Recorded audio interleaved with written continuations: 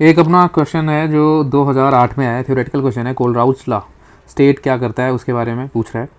तो infinite dilution तो 100% होना चाहिए। Makes the definite contribution of conductance of on electrolyte, ठीक है, कंडक्टेंस में इलेक्ट्रोलाइट्स का जो है डेफिनेट कंट्रीब्यूशन होता है, और नेचर ऑफ इलेक्ट्रोलाइट्स का कुछ भी हो ये मैटर नहीं करता। तो यस, पहला आंसर करेक्ट है। और अगला पढ़ लेते हैं कुछ। Each ions makes definite contribution equivalent conductance of on electrolyte, but Veer equivalent conductance यहाँ पे दे दिया है, तो इसमें प्लस माइनस नेचर का चार्ज भी देखना पड़ता है और उसके अकॉर्डिंग कितना चार्ज है वो भी। सब में ही इक्विवेलेंट कंडक्टेंस आ रहा है, तो इसीलिए ये गलत हो रहा है, ठीक है ना। नेक्स्ट क्वेश्चन की तरफ मूव करते हैं। 2000 में आया है, इस क्वेश्चन को ध्यान से पढ़ते हैं। और क्या है ये क्वेश्चन, ठीक है। इक्विवेलेंट कंडक्टेंस ऑफ बैरियम और क्लोरीन का दिया हुआ है, इक्विवेलेंट ध्यान से पढ़ना है। इक्विवेलेंट कंडक्टेंस दिया हुआ है बैरियम का और क्लोरीन का 127 और 76 ओम, तो रिस्पेक्टिवली इक्विवेलेंट कंडक्टेंस अब निकालना है बैरियम क्लोराइड। भाई इक्विवेलेंट है तो आपको एक बात याद रखना है, सॉल्व करते टाइम चार्ज भी यूज़ करना है। तो यहाँ पे हम लिख लेते हैं किसका निकालना है, इक्विवेलेंट कंडक्टेंस, EQ लिख दिया और ब्रैकेट में लिख दिया है बैरियम क्लोराइड, ठीक है। अब हम इसको लिखेंगे कि भाई बैरियम का आयंस आना चाहिए, ठीक है। और यहाँ पे चार्ज का मैटर होता है, ये जो भी चार्ज होता है उससे डिवाइड हो जाता है, जो भी आपकी वैल्यू होगी उससे डिवाइड होगा। प्लस क्लोरीन का आना चाहिए, यहाँ पे क्लोरीन आयंस, इसके ऊपर कितना है, 1 है, तो 1 आएगा। अच्छा, यहाँ पे कोई बच्चा बोल दे कि सर 2 हैं, तो 2 वाला मैटर नहीं करता, क्योंकि 2 तो चार्ज था ना, तो इधर तभी तो गया वो उसके पास। इस वाले में केस में आपने 2 चार्ज वगैरह के लिए यूज़ किया गया है, वो चार्ज क्रॉस मल्टीप्लाई में फिर से सेपरेट हो जाता है, तो यहाँ पे नहीं डाल देना गलती से। आपका मोलर कंडक्टेंस में वो डालते हैं लेकिन यहाँ पे नहीं डालते, ठीक है ना। तो इसी वजह से अब इसका आंसर हम देख लेते हैं क्या आ जाएगा। बैरियम का देखा, बैरियम का भाई बैरियम प्लस का दिया हुआ है आपको क्वेश्चन में, बैरियम प्लस का दिया हुआ है अपने पास 127, तो इसका आधा करना पड़ेगा, इक्विवेलेंट चार्ज के अकॉर्डिंग आता है। तो भाई यहाँ पे 127 डिवाइडेड बाय 2 आ जाएगा। प्लस क्लोरीन का कितना दिया हुआ है, क्लोरीन का 76 दिया हुआ है, तो उसका वैसे कि वैसे छप जाएगा, क्योंकि एक ही चार्ज है, तो नीचे अगर 1 से डिवाइड भी करोगे तो कोई फ़र्क नहीं पड़ने वाला। इसको काटो तो ये अपने पास जो सॉल्व करके आता है, यहाँ पे ये आ गया 6, ये आ गया 3 आ जाएगा, और यहाँ 0.5 आ जाएगा, प्लस 76, तो 7 और 3 10, यानी कि ठीक है 7 3 10 कुछ इतना बन रहा है, और 7 6 13 139 के करीब, ठीक है 139.5, यानी ए is correct answer. Next question की तरफ मूव करते हैं, जो 1999 में आया। ध्यान से समझो भाई, स्पेसिफिक कंडक्टेंस यानी कि कप्पा दिया हुआ है, ठीक है, कप्पा दिया हुआ है, लिख दो उसी के ऊपर। कितना कंसंट्रेशन दिया हुआ है, कंसंट्रेशन है 0.1 नॉर्मेलिटी। अच्छा, सोल्यूशन का फिर कह रहा है कि इतना कंडक्टेंस दिया हुआ है, resistance of the cell containing, हाँ रेजिस्टेंस भी दिया हुआ है, और सेल कांस्टेंट निकालना है। तो काफ़ी हद तक बहुत इजी सवाल है, एक बार देख लेते हैं कैसे करना है। तो पहले अपने पास फार्मूला पता होना चाहिए कि रेजिस्टेंस इज इक्वल टू होता था rho L by A, rho L by A, rho को ही कप्पा बोलते हैं। अब आपको सेल कांस्टेंट बोलना है, निकालना है इसने, तो ये सेल कांस्टेंट का ये वाला वैल्यू होता है, ये सेल कांस्टेंट होता है अपना, ठीक है, सेल कांस्टेंट होता है। तो इसकी वैल्यू कितनी आ जाएगी, resistance is equal to G star यहाँ पर लगा दिया, ठीक है, इसको सेल कांस्टेंट को जी स्टार बोल दिया, और रो को कप्पा बोलते हैं तो 1/, कप्पा बोल दिया। रेजिस्टिविटी जो है इन्वर्सली होता है कप्पा के, ठीक है, ऐसे इस तरह से इक्वल होता है। तो यहाँ पर रिप्लेस कर दिया। अब इसको ऊपर अगर भेज दो तो ये आंसर आ जाएगा फटाफट, ये R × K आ गया, और आंसर आपका ख़त्म हो गया। जी स्टार ही निकालना था, तो रेजिस्टेंस दिया हुआ है आपको 55 ओम, और कप्पा दिया हुआ है 0.012। तो आंसर अपना जो आता है, इसको सॉल्व करके 12 × 5, 12 पंचे 60, और 0 लिख दिया, और 12 पंचे 60, और 6 6 6, हाँ, यानी 0 पॉइंट समथिंग, यानी 0.66, यानी B is correct answer. Next question की तरफ मूव करो फटाफट। और 1995 में एक थ्योरेटिकल सवाल पढ़ते हैं, क्या है, on heating one of the end of a piece of a metal. अगर आप एक पीस ऑफ मेटल पकड़ो, ये वाला, और इसको यहाँ से हम कैंडल की मदद से गर्म करना स्टार्ट कर दें, ठीक है, तो क्या होता है, और ये कहना है दूसरा वाला हिस्सा भी गर्म होने लगता है। ऐसा क्यों, क्योंकि वाइब्रेशन होगा, जो इलेक्ट्रॉन का फ्लो है वो यहाँ से एनर्जी लेके कहाँ जाएगा, इस एंड की तरफ, फिर से वापस आएगा, फिर गर्म होएगा, और इस तरह की फ्लो होते रहेंगे। तो इसमें energised electron moving from one end to other end, A is correct answer. Next question की तरफ मूव करते हैं। ये अच्छा क्वेश्चन है, 2020 में आया है, कंसेप्चुअल भी है, कंसेप्ट भी सीखेंगे इसके साथ साथ, और आप ध्यान से देखते जाएं, ठीक है। कंसेप्ट क्या कहता है भाई, कंसेप्ट इस क्वेश्चन का क्या है कि आपको इलेक्ट्रोलाइसिस करना है। और किसका करना है, डाइल्यूट सल्फ्यूरिक एसिड का। कलर यहाँ पे यूज़ किया है मैंने रेड, डाइल्यूट सल्फ्यूरिक एसिड का। किस प्लेटिनम या कौन से इलेक्ट्रोड को यूज़ किया गया, इसको ज़रूर मार्क करें ध्यान से, क्योंकि ये बहुत ज़्यादा आपको आंसर में मदद करेगा, ठीक है। अगर ये यहाँ पे कुछ और होता तो हम आंसर भी चेंज कर सकते थे। तो अब हम दिखेंगे कंसेप्ट में क्या है, एनोड, और यहाँ पे लिख दिया मैंने नीचे की तरफ, इस तरफ लिख देते हैं कैथोड। दोनों पे आयन्स हमें इकट्ठा करवाने, पहले कौन कौन से आयन इकट्ठा होते हैं, ठीक है। तो भाई एनोड पे नेगेटिव वाले चार्ज डाल दो, जितने जितने मिलेंगे। डाइल्यूट है, डाइल्यूट का मतलब हो गया वाटर, वाटर का मतलब हो गया H2O, सल्फ्यूरिक एसिड यानी H2SO4। नेगेटिव आयन्स इसमें वाटर से मिलता है OH आयन्स, और पॉजिटिव मिलेगा अपना H आयन्स। और सल्फ्यूरिक एसिड से नेगेटिव मिलेगा अपना सल्फेट आयन्स, और पॉजिटिव मिलेगा हाइड्रोजन आयन। तो आपने नेगेटिव कहाँ डालना है, एनोड की तरफ। नेगेटिव यहाँ पर लिख दिया मैंने OH आयन्स और सल्फेट आयन, ठीक है। और कैथोड पे मैंने लिख दिया यहाँ पे हाइड्रोजन आयन ही है दोनों तरफ, ठीक है ना, हाइड्रोजन आयन। अब हमें बताना है कि एनोड पे, क्वेश्चन में पूछा है कि एनोड पे क्या मिलेगा, तो एनोड पे भाई नेगेटिव वाले हैं। अब हमने इन दोनों में से कोई एक को इकट्ठा करवाना है। अब देखना सीरीज़ में नेगेटिव वाले की सीरीज़ आपको एक मैंने अपने वन शॉट इलेक्ट्रोकेमिस्ट्री में बताया है, ज़रूर देखें जाके, लेकिन यहाँ से फिर से रिपीट करवा देता हूँ। ट्रिक थी सोनू फैल जाओ पानी में फुल CBI की तरह। तो पूरा नहीं लिख रहा हूँ, बस यहाँ पे शॉर्ट फॉर्म में बता रहा हूँ। ये इसकी रिएक्टिविटी है जो नेगेटिव आयंस की बता रहा है, सबसे ज़्यादा स्ट्रॉन्गेस्ट कौन होगा। OH आयंस यहाँ पे है यानी नेगेटिव, और ये सोनू का मतलब है यहाँ पे सल्फेट, और यहाँ पे N का मतलब है नाइट्रेट, P का मतलब है phosphate, fluorine, chlorine, bromine, iodine. तो ये ट्रिक आप वहाँ पे जाके देखें। तो इसमें हमने पता चला कि भाई OH आयन बहुत ज़्यादा स्ट्रॉन्ग है इस सल्फेट से, तो इसके अकॉर्डिंग कौन सा इकट्ठा होगा, OH। अब कभी भी इन सबसे जो प्रोडक्ट मिलता है वहाँ पे मैंने बताया है कि OH अगर आपका एनोड पे ऑक्सीडाइज होगा तो उससे आपको ऑक्सीजन गैस और वाटर मिलता है। तो आंसर क्या जाएगा, ऑप्शन में जो है आपका वहाँ पे दिया हुआ है oxygen is correct answer. Water तो साइड प्रोडक्ट है, उसको नहीं देखते। और कैथोड पे भी इसी तरह से निकाल सकते हो, उधर तो एक ही है तो उधर सिर्फ हाइड्रोजन गैस मिलेगी। अगर कैथोड पे पूछा होता तो हाइड्रोजन जाता, ठीक है। नेक्स्ट क्वेश्चन नीट 2020 में आया है। नंबर ऑफ ए फैराडे, ठीक है, यानी F कितना चाहिए, required to produce 20 gram of a calcium molten calcium chloride से। एटॉमिक मास दिया हुआ है।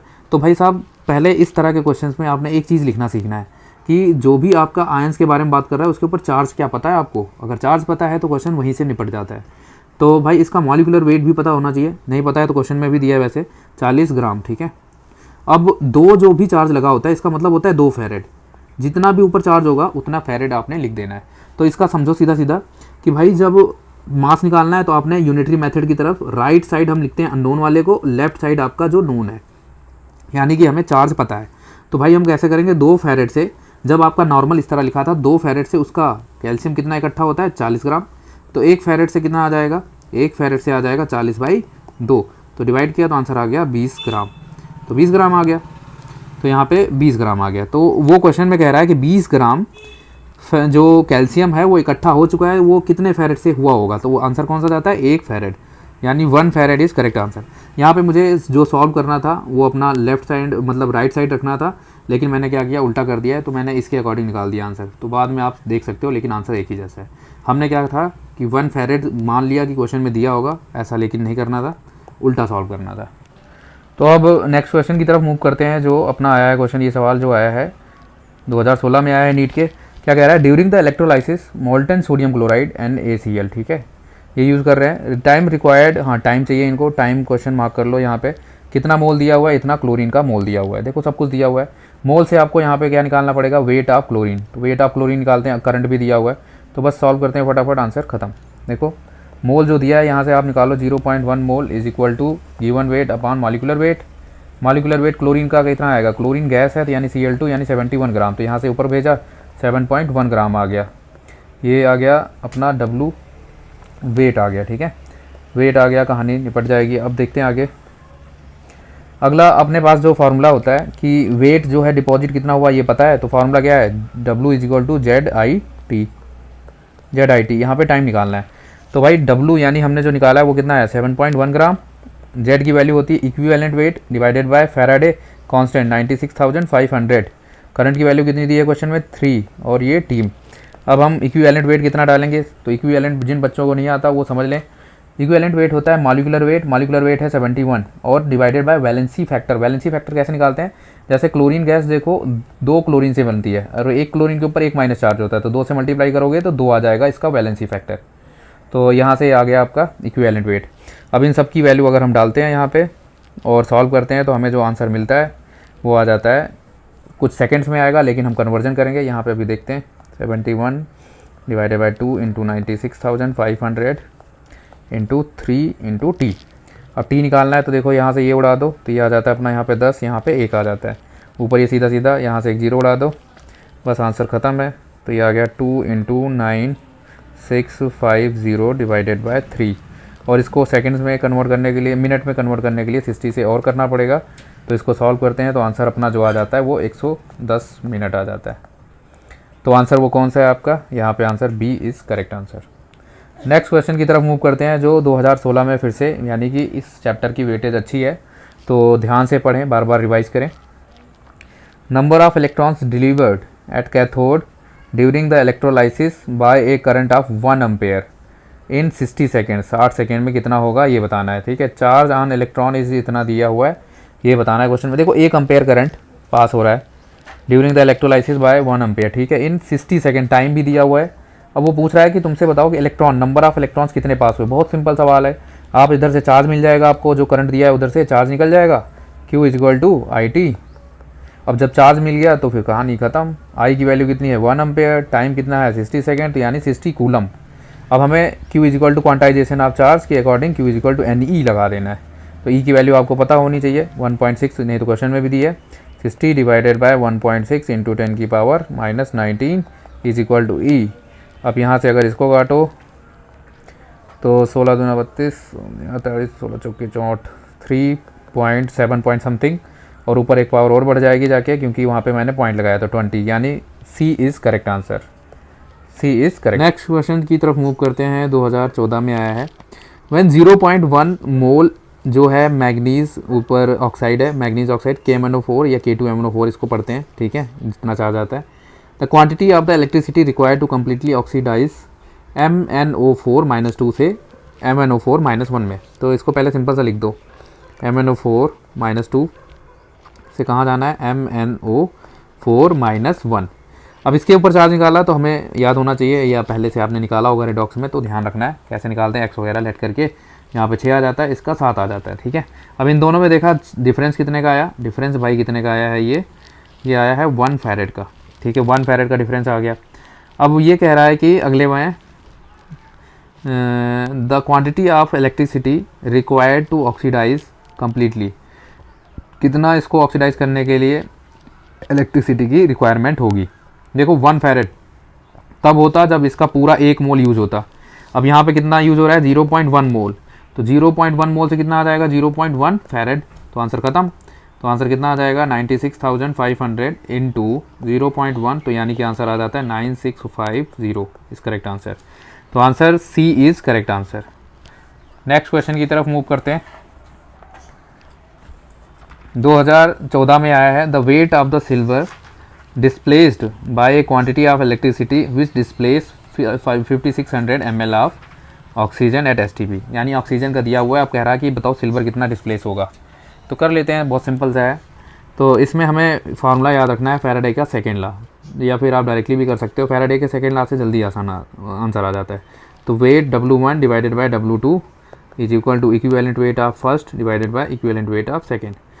अब इधर इक्विवेलेंट वेट डालते जाना है। तो यहाँ पे हमें एक चीज़ का पहले पता करना पड़ेगा, ऑक्सीजन कितना इकट्ठा हुआ है उसका वेट, तो वो निकाल लेते हैं कैसे आएगा। STP का हिंट देने का मतलब है कि आपको वॉल्यूम जो है STP पे है, यानी 22.4 इंटू मोल आता है। तो यहाँ पे वॉल्यूम दिया हुआ है 5600 ml, ml दिया हुआ है, इसको हमने डाला यहाँ पे, और उसका आ जाता है 2200 ml। अगर उसको 22,400 नीचे भेजा, और wait upon molecular weight of oxygen, oxygen का डालेंगे क्योंकि ऑक्सीजन का दिया है, तो 32। इसको अगर आप सॉल्व करो तो कुछ इस तरह से मैं रख देता हूँ, 56 into 32 divided by 224 is equal to weight. ये वेट आ जाएगा ऑक्सीजन का, यहाँ पे डालना है अब ऑक्सीजन का ऊपर, या फिर आप इसको मान लेते हैं हम सिल्वर है और यहाँ पे हम ऑक्सीजन है, देख लेते हैं। तो W1 W1 इसको अच्छा आप काट लो तो ये पूरा आ जाता है इधर से 0.25, और इसको अगर इसको काट लो तो ये आ जाता है 8, ठीक है, क्योंकि 1/4 हो जाएगा तो 8 आ जाएगा, ठीक है।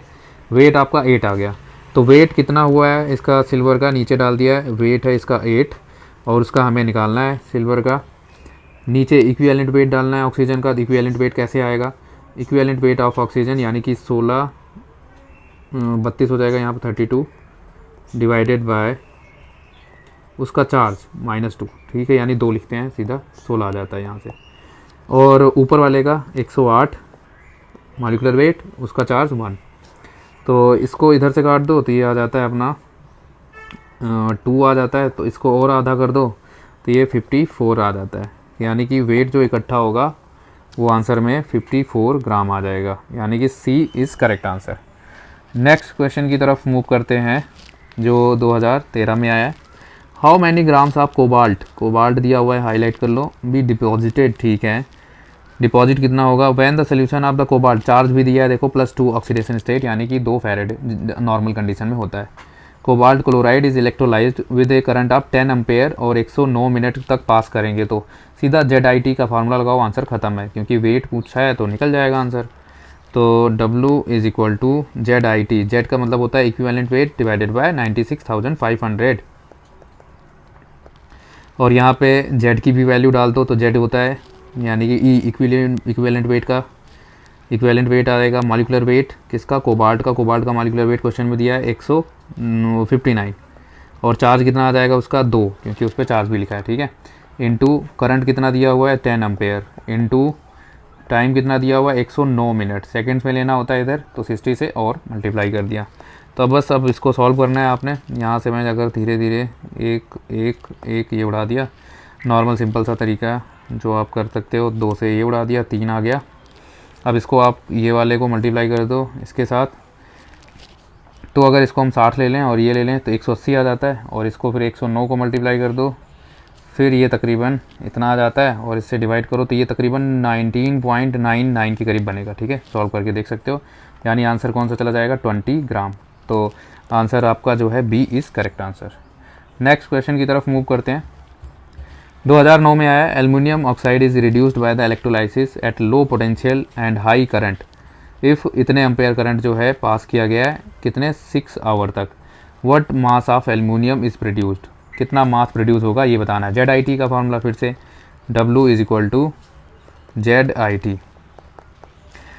तो W आपका ये कितना आ जाता है यहाँ पे equivalent weight divided by valency factor into Faraday और इनटू IT। अब इसकी वैल्यू डालो, आंसर ख़त्म। तो यहाँ पे इक्विवेलेंट वेट कितना आ जाएगा एल्युमिनियम का 27 डिवाइडेड बाय वैलेंसी होती है उसके ऊपर 3 चार्ज, तो 3 आ जाएगा।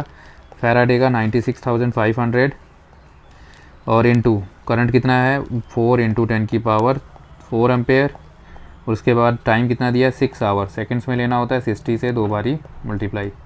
बस इसमें कैलकुलेशन है बच्चों, बाकी कुछ नहीं है।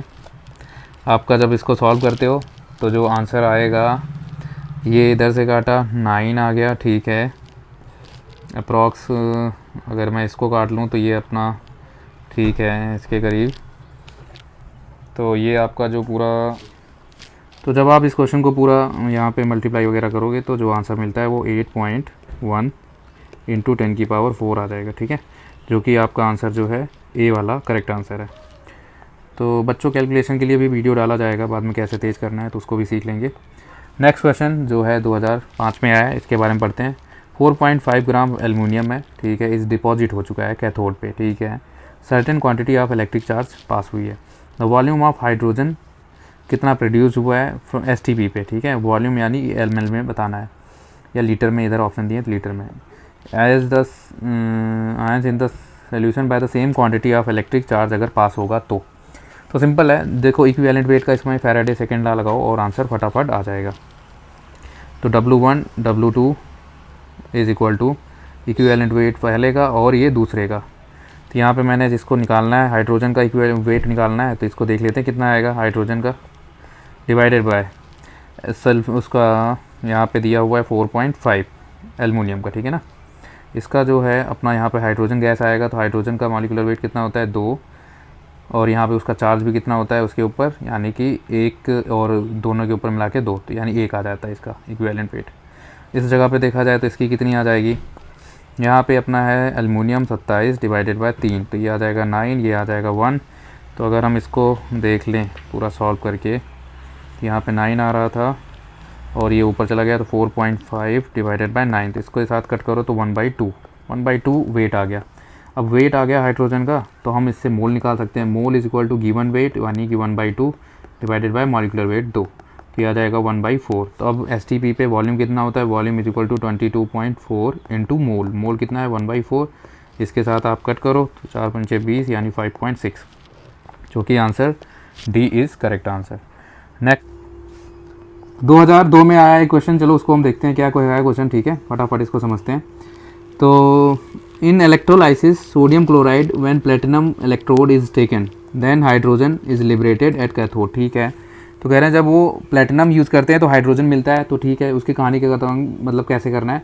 आपने हाइड्रोजन देखा, उसमें पॉजिटिव आयंस हैं और कैथोड पे पॉजिटिव इकट्ठा होते हैं और सोडियम है, तो ज़्यादा जो इलेक्ट्रो पॉजिटिव है सबसे ज़्यादा वो क्या है, हाइड्रोजन है। तो जिसकी वजह से बिल्कुल बात सही है कि हाइड्रोजन ही वहाँ पे इकट्ठा होगा कैथोड पे, ठीक है ना, पहला वाला तो बिल्कुल सही है। अगला क्या कह रहा है, अगर जब मरकरी यूज़ करते हो तो वो फॉर्म कर जाता है सोडियम अमेलगम, इसका रीज़न क्या है। तो भाई इसका रीज़न एक ही है कि देखो हाइड्रोजन से नीचे आता है अपना मरकरी, ठीक है, इलेक्ट्रोकेमिकल सीरीज में आप देखोगे तो वो नीचे आता है। इसका मतलब है इस चीज़ के पास ज़्यादा पोटेंशियल डेवलप हुआ।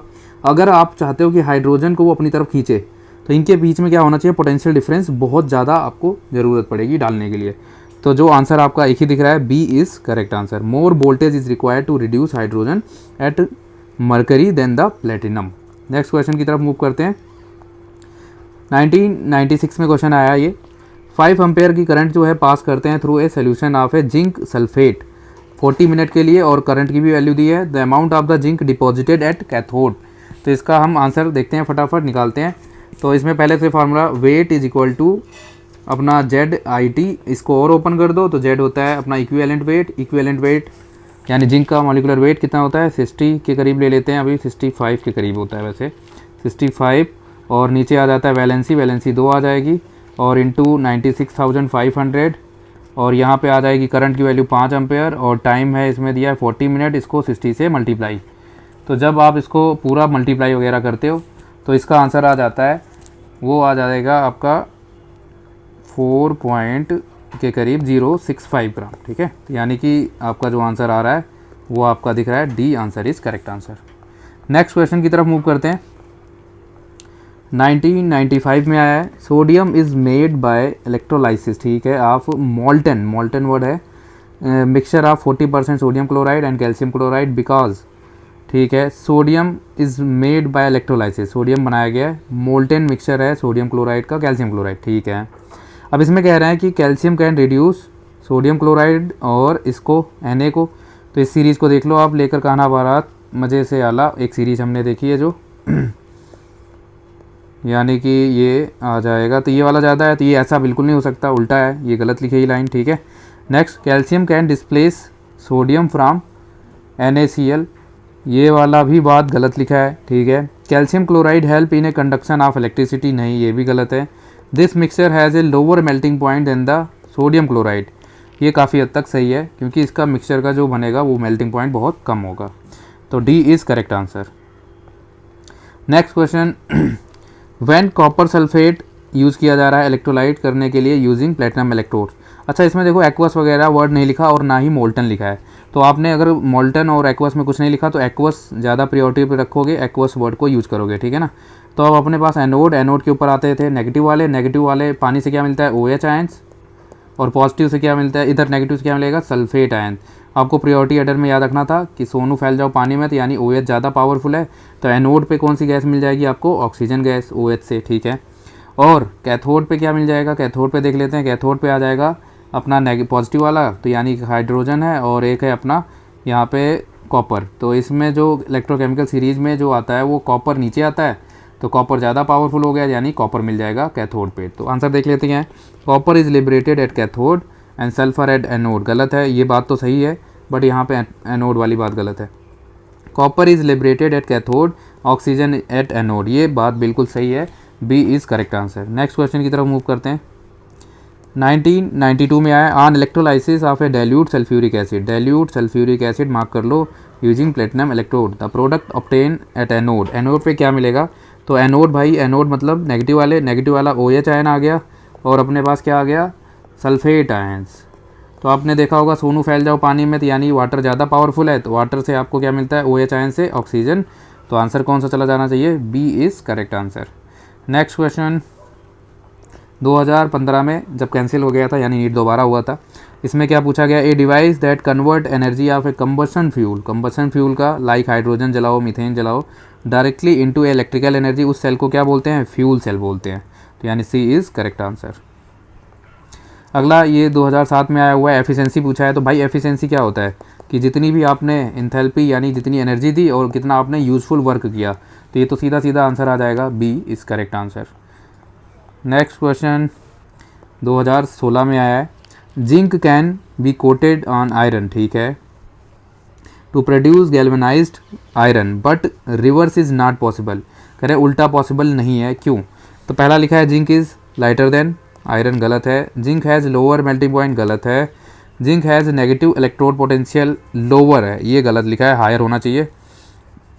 और लास्ट आंसर है higher negative electrode potential is correct. ये आपको इलेक्ट्रोकेमिकल सीरीज से मैं जो भी ये कर रहा हूँ ना, जिंक का लोअर हायर ये सब कर रहा हूँ, ये सब इलेक्ट्रोकेमिकल सीरीज के थ्रू ही आ रहा है, ठीक है। तो ये आप वहाँ पे ज़रूर जाके चेक करें, ठीक है। नेक्स्ट क्वेश्चन 2001 में आया है, the most convenient method to protect the bottom of the ship made from iron. Iron से जो बनी है उसको प्रोटेक्ट करने के लिए क्या लगाना चाहिए?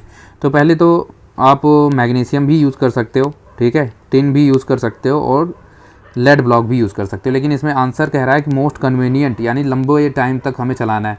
जैसे आपको पता है बोट बड़े देर तक सेफ रखना है ना, अगर आप नीचे मैग्नीशियम ब्लॉक और ये सब यूज़ करते हो लेड, तो ये जल्दी जल्दी से प्रोटेक्ट करते हैं और जल्दी से रिएक्ट करके हवा में वाटर से डैमेज भी कर देते हैं। इसकी वजह से ये आंसर हम नहीं करेंगे। इस वाले का आंसर जो करेक्ट जाना चाहिए वो बी जाएगा, ड्यूरेबल ज़्यादा है, ठीक है ना, वाइट टिन प्लेटिंग। अगला क्वेश्चन है 1994, to protect iron against corrosion the most durable metal plating on it. Iron को प्रोटेक्ट करने के लिए आपने कई बार सुना होगा। नेक्स्ट क्वेश्चन जो 2022 में आया है, ध्यान से समझते हैं। तो मैग्नीज दिया हुआ है MnO4, इसके साथ रिएक्ट करके ये चीज़ बना रही है, ठीक है। तो यहाँ पे पहले चेक करना होता है रिडक्शन दिया कि ऑक्सीडेशन, तो यहाँ पे भाई ऑक्सीडेशन पोटेंशियल दिया, तो इसको सीधा सीधा अपने फॉर्म में लाओ यानी रिडक्शन पोटेंशियल में, तो इसका साइन उल्टा हो जाएगा। यहाँ पे 1.510 ये इसका रिडक्शन पोटेंशियल आ जाएगा RP, ठीक है। इस वाले में देखा, इसका भाई बिल्कुल एग्जैक्टली रिडक्शन पोटेंशियल ही दिया। कैसे पता चला? यहाँ पे 0 था, यहाँ -2, तो ये सही है, ये वाली बात सही है। अब हमें क्या करना है कि कह रहे हैं कि क्या पर मैग्नेट आयन लिबरेट कर सकता है ऑक्सीजन। तो भाई एक बार ये देखना पड़ेगा। पहले तो इस वाले से जो ऊपर आपकी वैल्यू दी है उससे आपका E0 ऑफ द सेल कितना आएगा, स्टैंडर्ड ऑफ द सेल कितना आएगा। तो हमने सीखा क्या है कि जिसकी वैल्यू कम है उसको उल्टा करो और ऐड कर दो। तो ये देखो, ये इसकी कम है क्योंकि ये वाली ज़्यादा है प्लस में। अब वो वाली देखनी है रिडक्शन की, 1.5 ज़्यादा है 1.22 से, तो इसको उल्टा करना पड़ेगा नीचे वाले को 1.22 को। तो इसको हम अगर उल्टा करें तो ये आ जाएगा साइन में माइनस, तो 1.510 माइनस 1.223। तो अगर हम इन दोनों को सब्ट्रैक्ट करें तो जो आंसर बनता है वो प्लस में आएगा और आ जाएगा 0.287, ठीक है, ये आंसर आया। अब एक चीज़ और समझो, अब ये कह रहा है कि क्या यस या नो में आंसर देना है। अब हमारा तो आंसर तो पहले ही क्लिक हो गया कि ए वाला आंसर होना चाहिए क्योंकि प्लस की एक ही वैल्यू है। अब देखो ये क्यों ऐसा बोला जाता है, जैसे मान लो अगर ऊपर वाले की वैल्यू देखा जाए तो उसकी वैल्यू प्लस में ज़्यादा है, तो इसका मतलब वो क्या बन जाएगा? ऑक्सीडाइजिंग एजेंट, ठीक है। नीचे वाला क्या बन जाएगा? Reducing agent. अब यही तो काम होता है यार, ऑक्सीडाइजिंग एजेंट का क्या काम होता है? ऑक्सीडाइज करना। तो मैग्नीज क्या करेगा? ऑक्सीडाइज करेगा किसको? वाटर को वो ऑक्सीडाइज करेगा, कौन? MnO4 नेगेटिव ऑक्सीडाइज करके किस में कन्वर्ट कर देगा? इसको ऑक्सीजन में, और खुद कन्वर्ट हो जाएगा, खुद का कर लेगा रिडक्शन यानी कि +2 में। तो ये बात बिल्कुल सही है और ये आपका इस सेल के अकॉर्डिंग आंसर आया, ठीक है ना, ये आंसर करेक्ट है। नेक्स्ट क्वेश्चन की तरफ मूव करते हैं। अब अपना 2022 में एक और सवाल आया है, तो देख लेते हैं क्या है। एट 298 केल्विन पे स्टैंडर्ड इलेक्ट्रोड पोटेंशियल दिया हुआ है कॉपर का, और फिर जिंक का दिया हुआ है, फिर आयरन का दिया हुआ है। अब सबकी वैल्यू यहीं पे हम छोटे छोटे अक्षरों में लिख लेते हैं। 0.34 ये आपका कॉपर का दिया है, प्लस में है 0.34, इसी के ऊपर लिख दिया कॉपर के। जिंक की वैल्यू है माइनस में, तो माइनस का लिख दिया। जिंक की वैल्यू माइनस कितनी है? 0.76, ठीक है, जिंक के ऊपर लिख दिया। और जो आयरन का है वो है माइनस का 0.44, यहाँ पे ही लिख दिया, और सिल्वर का है प्लस 0.80। ठीक है। अब हमें एक बात बताओ, जिसकी जितना ज़्यादा नेगेटिव वैल्यू होगी वो उतना ज़्यादा रिड्यूसिंग एजेंट होगा, पावरफुल रिड्यूसिंग एजेंट होगा। तो इसमें सबसे ज़्यादा नेगेटिव वैल्यू जो आपको दिख रही है वो जिंक की है, जिंक लिख दिया। फिर उससे ज़्यादा कौन है, उसके बाद जो माइनस में आ रहा है आयरन है, आयरन को लिख दिया। फिर उसके बाद हमारा जो है कॉपर आ रहा है, उसकी कम है 0.34, तो कॉपर लिख दिया। फिर उसके बाद लास्ट में सबसे जो आ रहा है वो अपना है सिल्वर। ठीक है। इसका मतलब ये समझो, ये ज़्यादा पावरफुल रिड्यूसिंग एजेंट है। इसका मतलब है ये सबको डिस्प्लेस कर देगा, चाहे आयरन आ जाए, चाहे कॉपर आ जाए, चाहे सिल्वर आ जाए, सबको डिस्प्लेस कर देगा। लेकिन सिल्वर किसी को भी डिस्प्लेस नहीं कर पाएगा क्योंकि इसकी वैल्यू बहुत कम है। तो अब ऐसा आंसर देखते हैं कि जो इसके साथ सेटिस्फाई करता हो। तो आंसर कौन सा है, जैसे कॉपर सल्फेट जिंक के साथ अगर रिएक्ट करता है तो जिंक को डिस्प्लेस कर देगा कॉपर सल्फेट, ये कह रहा है बिल्कुल, क्योंकि अपना सबसे ज़्यादा पावरफुल है। कॉपर सल्फेट क्या आयरन जो है कॉपर सल्फेट को रिप्लेस कर सकता है? हाँ, क्योंकि देखो जिंक आयरन फिर से ज़्यादा है, तो यानी ये भी बात सही है। आयरन सल्फेट जिंक क्या रिप्लेस कर पाएगा आयरन को? हाँ बिल्कुल। देखो ये जिंक है, इधर पावरफुल है, तो जिंक तो 100% आयरन को कर देगा रिप्लेस, ये भी सही है। कॉपर सल्फेट क्या सिल्वर कर पाएगा उसको, कॉपर सल्फेट को डिस्प्लेस? देखो कॉपर यहाँ पे है, सिल्वर पीछे है, तो ये तो वो उल्टा वाला पॉसिबल है ही नहीं, तो ये आंसर गलत है। इसमें निकाला था कौन सा नहीं हो सकता, तो answer D is correct answer. Next question जो 2022 में एक और आया है, यानी 2022 में 3 क्वेश्चन आए। यहाँ पे एक क्वेश्चन में मिस्टेक था, यहाँ पे 1.05 वोल्टेज दिया है क्वेश्चन में। बच्चों ने यहाँ पे बोनस मिलना चाहिए था नीट में, लेकिन नहीं मिला, तो आपको ये बात यहाँ पे समझा दी जाती है कि ये क्वेश्चन में 1.05 है। तो अब क्या है इस क्वेश्चन में, नरनेस इक्वेशन यूज़ करनी, E = E0 minus 0.06 divided by valency factor log product upon reactant के कंसंट्रेशन को यहाँ पे डालना है। तो देखो यहाँ पे सब कुछ दिया है, बस आप वैल्यू पुट करो, आंसर खत्म हो जाएगा। E = E0 कितना लिखेंगे यहाँ पे 1.05 माइनस 0.06 डिवाइडेड बाय n की वैल्यू देखो यहाँ पे देखो 2 है, यहाँ पे मैं कलर यूज़ कर लेता हूँ, 2 है, और यहाँ पे देखो सिल्वर का भी है, तो इसके साथ मल्टीप्लाई करके एक ही तरह आएगा, 2 आ जाएगा, तो इसकी वैल्यू 2 आ जाएगी। लॉग प्रोडक्ट अपॉन रिएक्टेंट का कंसंट्रेशन, तो देखो ये क्या है, अपना प्रोडक्ट है, प्रोडक्ट की कंसंट्रेशन है 0.0001, तो ये आ गया। अब नीचे क्या है, सिल्वर का कितना है 0.001। ओके, अब यहाँ पे स्क्वायर करना पड़ा। देखो भाई बच्चों, यहाँ पे क्या है 1 चार्ज है ना, तो अगर इसके चार्ज को बराबर करना पड़ेगा तो नीचे भी करना पड़ेगा, तो इस तरह से कुछ लिखना चाहिए था। मैं यहाँ पे ऊपर लिख देता हूँ इसी लाइन को, तो यहाँ पे लिखूँगा मैं निकल +2। ओके, नीचे लिखूँगा सिल्वर +1। अब देखो बराबर तो है नहीं, तो यहाँ नीचे को 2 से स्क्वायर करना पड़ेगा, ऊपर 1 से, तो इसीलिए यहाँ पे ऐसा हुआ है। अब हम आगे सॉल्व करें, 1.05 ये काट दो तो ये आ जाता है 0.03। अब यहाँ पे देखो एक तो ये सीधा कट जाएगा, तो यहाँ पे कितना बचेगा, यहाँ पे ऐसे 2 बारी लिखना था, ऐसे नहीं काटना था। चलो नीचे लिख देता हूँ मैं, लॉग अपना एक बारी लिखा ये, और एक बारी ये ऐसे लिख दिया, इनटू 0.001। तो एक तो ऐसे कट जाएगा, एक ऊपर चला जाएगा पॉइंट हटा के, तो कितना आ जाएगा, यानी कि 1000 ऊपर आ जाएगा। अब 1000 की वैल्यू कितनी होती है, 1000 की वैल्यू होती है 3, जितने जीरो उतने लॉग में वैल्यू आ जाती है। तो 3 × 0.03 मल्टीप्लाई करेंगे और 1.05 माइनस कर लेंगे, ठीक है ना। तो अपना जो ये सॉल्व करके आंसर आता है, ये आंसर आ जाएगा 1.05 माइनस 3 3 9, 0.09 माइनस करेंगे, तो देखो यहाँ पे जो आंसर मिल रहा है, तो यानी कि तकरीबन कितना आंसर आ जाएगा 0.96। तो इसके करीब देख लेते हैं आंसर क्या है, यानी सी इज़ करेक्ट आंसर। तो नेक्स्ट क्वेश्चन की तरफ मूव करते हैं जो 2023 में आया है। ये है आपका 2023 का सवाल। The conductivity of a centimolar solution का दिया हुआ है, कंडक्टिविटी होता है कप्पा आपको क्वेश्चन में दे दिया, ठीक है। And resistance of the cell, resistance भी दे दिया है, आर भी दे दिया है। तो वैल्यू ऑफ सेल कांस्टेंट, पहले तो इसका फार्मूला रेजिस्टेंस = ρ/A। तो रो अपना कंडक्टिविटी होता है, तो ये कप्पा ऐसे लिख दिया। सेल कांस्टेंट L/A को बोलते हैं, L/A इसका सेल कांस्टेंट, इसको हम निकालने वाले हैं, तो इसको इधर भेज दिया। तो कप्पा × R = सेल कांस्टेंट को G* लिखा जाता है। तो आंसर ख़त्म, 0.0210 × 60, तो आंसर आ गया 6 दूनी 12, यानी 1.26 के करीब आंसर आपका आ जाएगा। तो आंसर कौन सा जाएगा, इसका आंसर जो है इसका A, यानी फर्स्ट वाला इज़ करेक्ट आंसर। तो थैंक यू, यहाँ तक आपको कैसा लगा वीडियो देख के ज़रूर बताएं। ये आपकी PYQ सीरीज़ लगातार चलती रहेगी, आती रहेगी, और आप रोज़ रिवाइज़ करें, अच्छे से मेहनत करें और डॉक्टर बने, यही मेरी एक दुआ है।